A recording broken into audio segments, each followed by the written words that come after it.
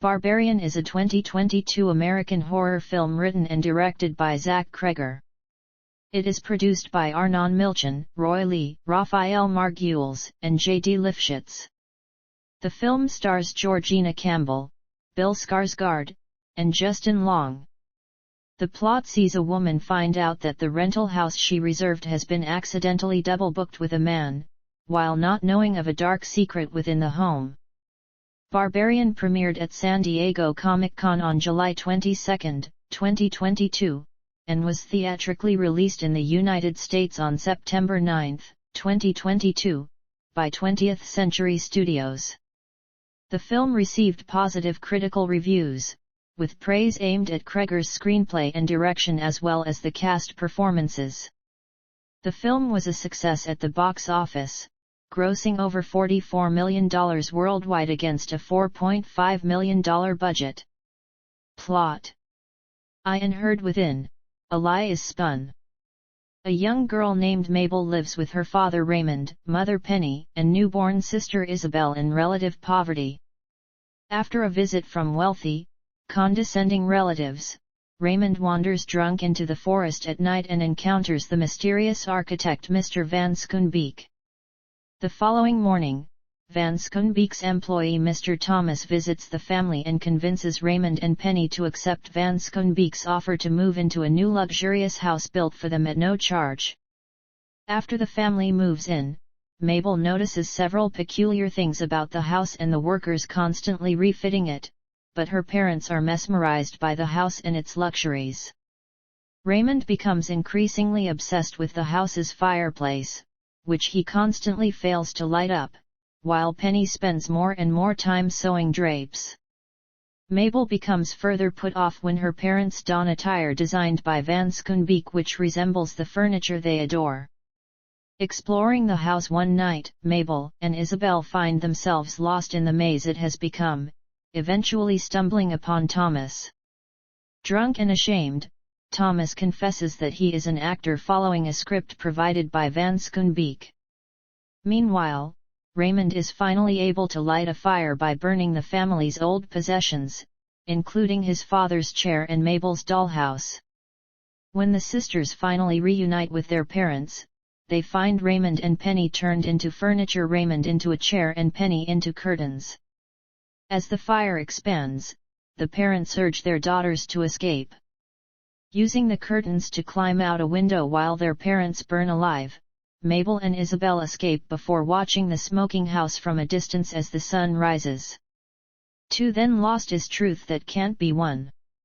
The story is set in a world populated by anthropomorphic rats, and the house is now settled in a developed city street and about to go up for sale.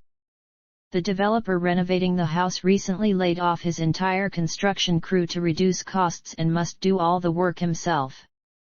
Discovering the house has been infested by fur beetles and larvae, he uses copious amounts of boric acid to get rid of them, to no avail. On the day of the viewing, the guests are unimpressed by the house, but a strangely proportioned couple remains, expressing a strong interest in buying the house. Unwilling to risk the sale, the developer lets them stay the night. Over the next few days, the odd couple remain firmly settled in the house, the bugs return in force, and the bank keeps demanding repayment of the developer's business loan. The developer decides to stop indulging the couple, only for many members of their family to show up wanting to enter the house. At his wit's end, the developer tries to use the boric acid on the couple, but he inhales a mouthful and faints. He survives but is reduced to a catatonic state. The couple picks the developer up from the hospital and brings him home, where their family welcomes him back, many of them now sporting additional limbs. The final scene shows the family ravaging the inside of the house, climbing up the walls and chewing through everything. The developer, having regressed to animal-like intelligence, briefly emerges from the remains of the oven to eat garbage before retreating underground. 3 Listen again and seek the sun. In a world that suffered an apocalyptic flood and is populated by anthropomorphic cats, the house is surrounded by water which keeps rising. Rosa, the landlord who cherishes the memories of her days growing up in the house, dreams of restoring it to its former glory. However, she struggles financially, and her only tenants, fisherman Elias and hippie Jen, do not pay rent despite her insistence. She consistently ignores their attempts to address the rising water. When Jen's spirit partner Cosmos arrives to visit, Rosa enlists him to work on the house, but is infuriated to find out he has instead been tearing up the house's floorboards to build a boat for Elias. As Cosmos continues to refit the house against Rosa's wishes, Rosa argues with Elias, hurt that he wishes to leave, while he accuses her of being afraid to do the same. He later departs on the makeshift boat. As the water and mist continue to seep into the house and Jen prepares to leave the house with Cosmos, she puts Rosa into a dreamlike trance, in which Rosa sees the house destroyed and her friends abandoning her. Emerging from the vision, she sees Jen and Cosmos sailing away, calling for her to join them, but the boat is too far away.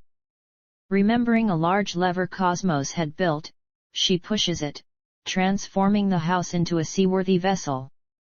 Encouraged by Jen, Cosmos, and a returning Elias, Rosa takes control of the house ship, escaping as the floods destroy the surrounding foundations, and the four sail out into the ocean. Voice cast: Ian Heard within, Elias Spunmia Goth as Mabel, Claudie Blakely as Penelope, Matthew Good as Raymond, Mark Heap as Mr. Thomas, Miranda Richardson as Aunt Clarice, Josh McGuire as Uncle Georgie, Stephanie Cole as Great Aunt Eleanor, Barney Pilling as Mr. Van Schoonbeek. I then lost his truth that can't be one. Jarvis Cocker as the developer, Yvonne Lombard as the odd wife, Sven Wolter as the odd husband. This was Wolter's final role prior to his death. Bimini Bon Bolash as Police Officer No. 1. Aisha Antoine as Police Officer No. 2. 3 Listen Again and Seek the Sun's Yusin Wakama as Rosa, Helena Bonham Carter as Jen, Paul Kay as Cosmos, Will Sharp as Elias. Production. The house was first announced in January 2020, with the anthology being produced at the London unit of Nexus Studios for Netflix. Nexus had 3 director teams lined up to tell a tale of 3 distinct family generations at the same house, the duo of Emma de Swaif and Mark James Rolls, Nikki Lindroth von Bar, and Paloma Biza. The directors are credited for the story of their respective segments, with Johannes Nyholm as CO writer for the second. At the 2021 Annecy Film Festival in June, the key voice cast was announced for each story. In November 2021, the first images of the anthology were revealed along with the release date of January 14, 2022. The first trailer was released in December 2021. Nicholas Menard and Mansion Lo Co created the hand-drawn, 2D animated title sequence. The project had originated at a meeting at producer Charlotte Bavasso's London home, where the 4 directors brainstormed a bit and came up with this idea about a house in which different things are happening in different times. We agreed that we would each have our own separate chapter, but still with connections to each other, according to Von Bar. Later, we chatted a lot over Zoom and helped each other with script development and character design, everything. All of us were quite new to such an upscale project, so I think this was a perfect arrangement. You had your own film, but you didn't feel alone. Bavasso, said Biza, brought us together and we talked about stories and characters that we were interested in, and we tried to find overlaps, which is a completely unique experience. You never get to work with filmmakers or creatives in that collaborative way where you are each doing a separate film, but also sharing lots of ideas.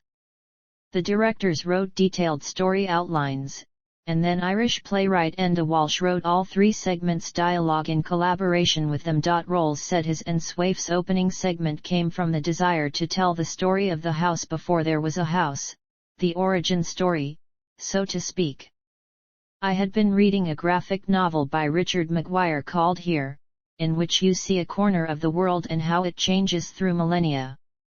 You see it as farmland, and when it was inhabited by Native Americans, and before that when there were dinosaurs. And then suddenly you're in the 1950s and someone's vacuuming the floor. And it kind of sparked off an idea, like what was there before the house. Each of the 3 segments required more than 20 weeks to produce. Except for the Busby Berkeley-style dance number in the second segment and the mist and some water effects in the third segment, almost all the animation was done in camera without green screen or digital compositing. Jarvis Cocker wrote and performed the song that plays over the closing credits. Reception. On the review aggregator website Rotten Tomatoes, 97% of 29 critics' reviews are positive, with an average rating of 7.40/10. The website's consensus reads, "Whether you're a fan of stop-motion animation or just looking for something deeply, alluringly weird, the house will feel like home." Metacritic, which uses a weighted average, assigned the film a score of 71 out of 100, based on 10 critics, indicating generally favorable reviews. Dmitry Samarov of the Chicago Reader said the movie sustains its momentum by varying the styles of storytelling and rarely stooping to either crassness or cutesiness. Each story is directed by different people with obviously separate ideas and inspirations. This heterogeneity moves the film along without ever letting it overstay its welcome. Yet the unifying elements of setting and the charmingly old-fashioned stop-motion animation keep it from flying off in a million directions. Lucy Mangan in The Guardian gave the movie 3 out of 5 stars.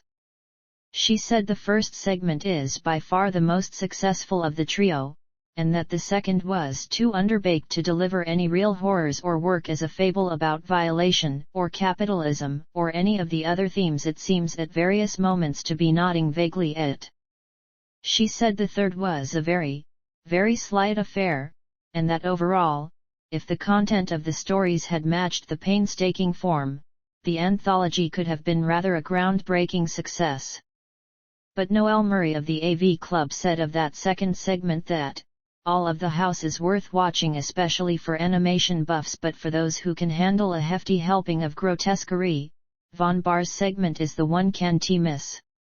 Nick Allen at RogerEbert.com said, "With its rising directors each employing a surreal style, it creates a rich balance of ethereal, existential storytelling with stop-motion animation that's so detailed and alive you can practically feel it on your fingertips, and that it proves to be a consistent anthology, in that it's always just about the same level of surreal, playful, sadistic, and entertaining."